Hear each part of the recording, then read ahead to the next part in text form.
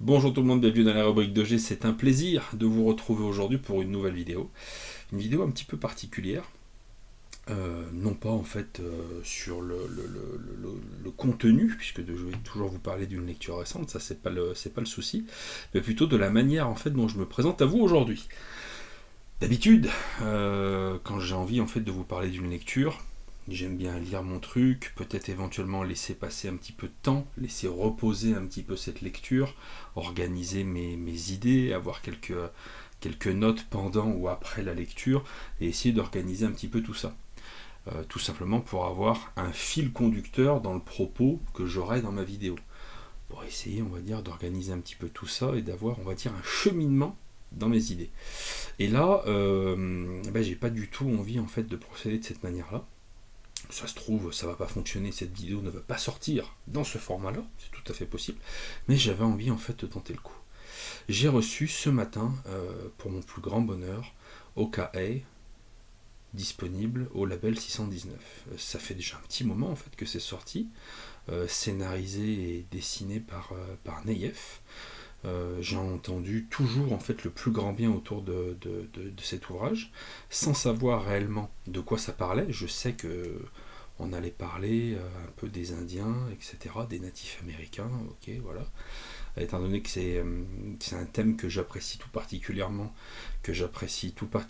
le travail de Neyef, et puis au sens large le travail du label 619 qui est toujours exceptionnel. J'avais envie en fait de me laisser tenter. Et j'ai eu l'opportunité d'avoir cette bande dessinée, ces petits bijoux. Et je l'ai reçu ce matin, j'avais un petit peu de temps devant moi, j'étais un petit peu au calme, et j'ai dit tiens, malin, commence cette bande dessinée. Il est un peu plus de 13 heures et je viens de la terminer très honnêtement, il y a 10 minutes. Donc je suis encore un peu, tu vois, dans ce moment en fait, cette vibes, l'état psychologique quand tu sors d'une lecture d'une très grande qualité, impactante, très jolie, mais qui en plus te fait quand même travailler certaines émotions en toi. Et donc, tu vois, je suis sur ce moment où je suis pas encore redescendu. Et c'est aussi le fait parce que je suis pas encore redescendu que j'ai envie de venir vous en parler. Euh, le pitch, bon, on est dans cette époque en fait aux États-Unis où clairement, bah voilà, la guerre avec les natifs américains est terminée, ils ont perdu, et donc forcément, bah, les natifs, ils n'ont pas une vie absolument merveilleuse, loin de là. Mais on est encore dans cette époque de l'Ouest sauvage, etc., etc. Mais ça sent quand même salement le sapin. On est vraiment sur la fin de cette époque-là. Et on va tout de suite, dès le début, suivre un petit garçon qui est un Lakota. Donc ça fait partie, c'est une tribu du peuple Sioux, mais dont les parents sont morts, il ne les a pas connus, et puis tu comprends en fait qu'il a été recueilli par un pasteur qui lui enseigne la Bible d'une manière directe, voilà, il le prend un peu pour un connard, on va pas se mentir. Mais ce gamin-là qui est indien, mais qui n'a rien connu en fait de cette vie-là, il a très envie de devenir médecin, enfin voilà, c'est un petit gosse quoi. C'est un petit gosse qui a envie de bien faire.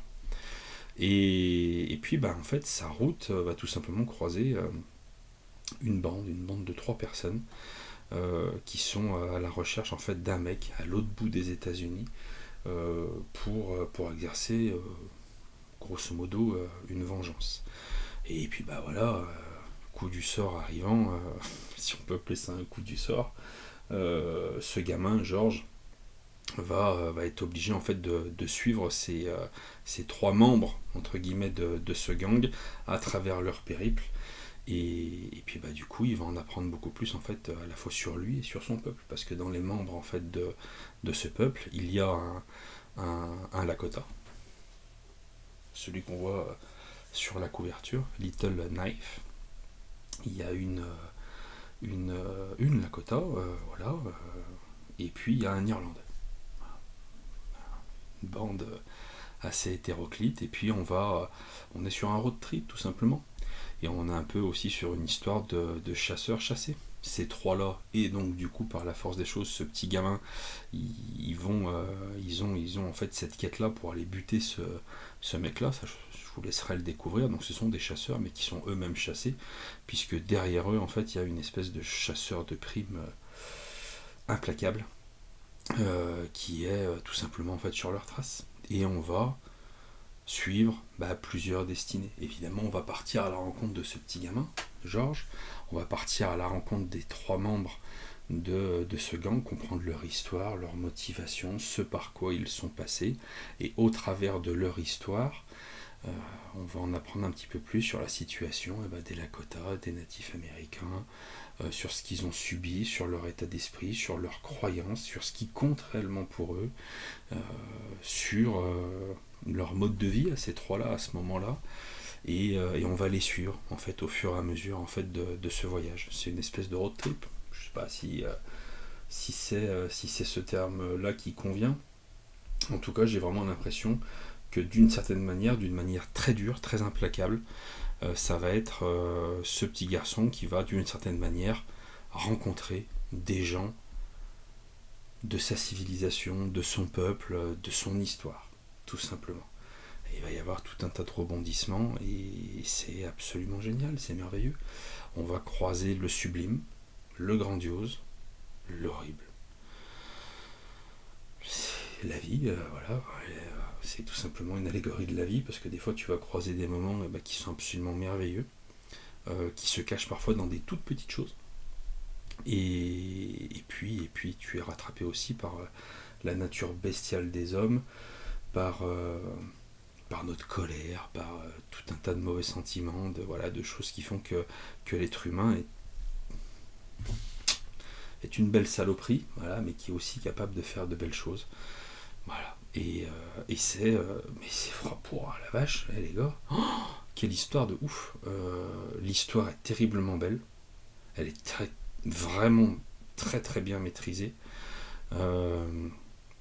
Tu vois en fait le cheminement, si tu veux, du truc. La finalité, je ne l'ai pas vu venir. Donc ça, c'est toujours extrêmement agréable. Vraiment, je ne l'ai pas vu venir.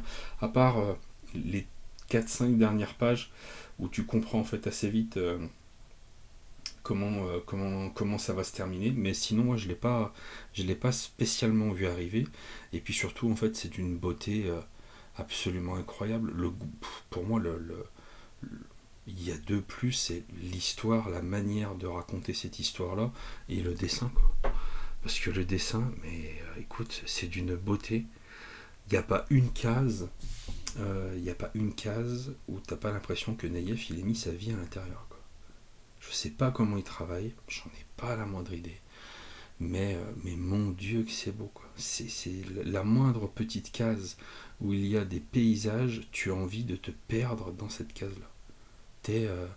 Connaissez tous, je présume, le film Danse avec les loups. Tu t'es au milieu en fait de ce délire-là, mais c'est même encore plus beau que ça. C'est absolument magnifique, avec un travail sur la lumière, sur les ombres, qui est tout simplement en fait, mais remarquable. Il y a un travail sur la lumière, que ce soit la lumière qui va passer au travers des feuilles d'un arbre, que ce soit la lumière d'un feu de camp dans le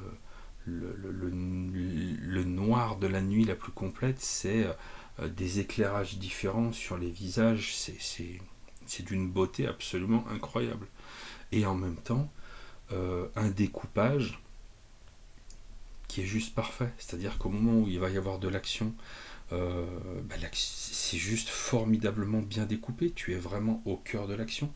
Et quand tu es sur des moments qui doivent laisser place à du contemplatif, à du grandiose, et ben voilà, ça prend toute la place, et puis ça t'emmène complètement. Et comment tu veux pas être complètement happé en fait aussi par le format du bouquin.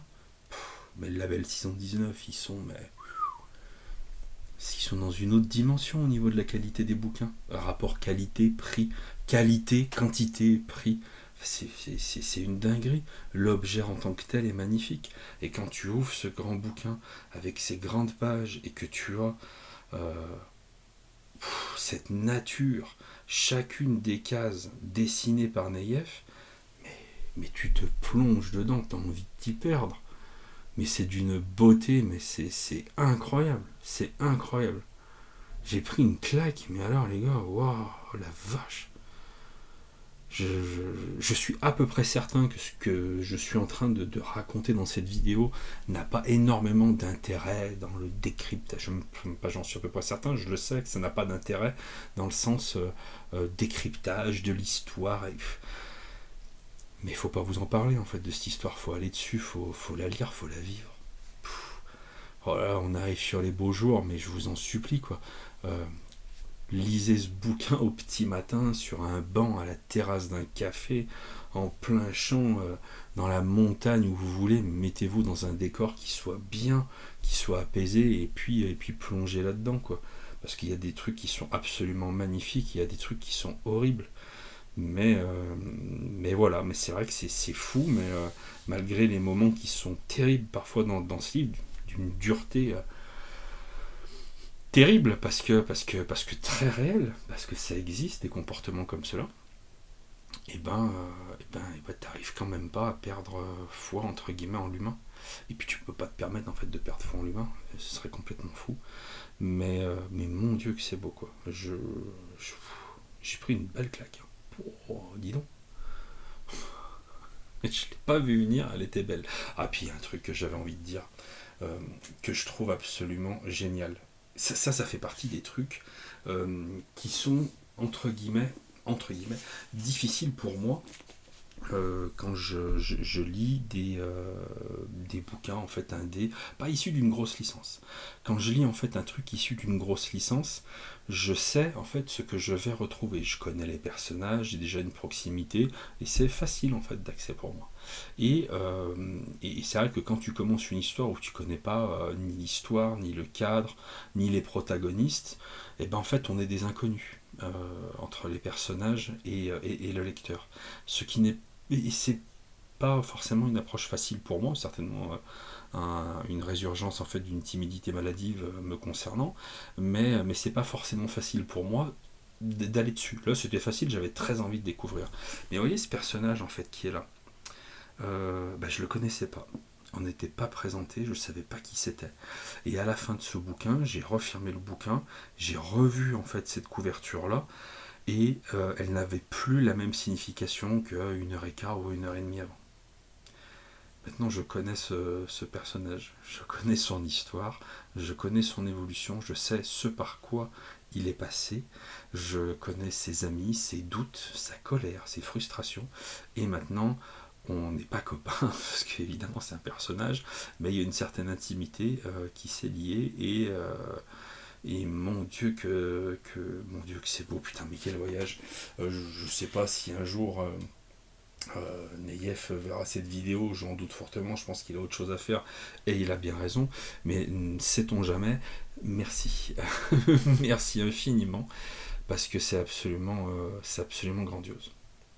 Je vais réécouter toutes les bêtises que je viens de vous dire, en espérant que c'était quand même pas trop des bêtises, voir si j'arrive quand même dans ces quelques minutes qu'on a passées ensemble à dire des choses qui peuvent être intéressantes. Lisez OKM si c'est toujours pas fait. Mais faites-vous ce beau cadeau, je crois que c'est 24,90. 230 pages ou un truc comme ça, mais on est bien avec le label 619. Foncez, faites-vous plaisir, on se retrouve dans les commentaires pour parler de cet ouvrage magnifique. Abonnez-vous, vous connaissez tout ça, suivez le label 619, Neyef, Run, etc. Merci pour ce voyage et à très bientôt dans la rubrique de G. Bisous, salut.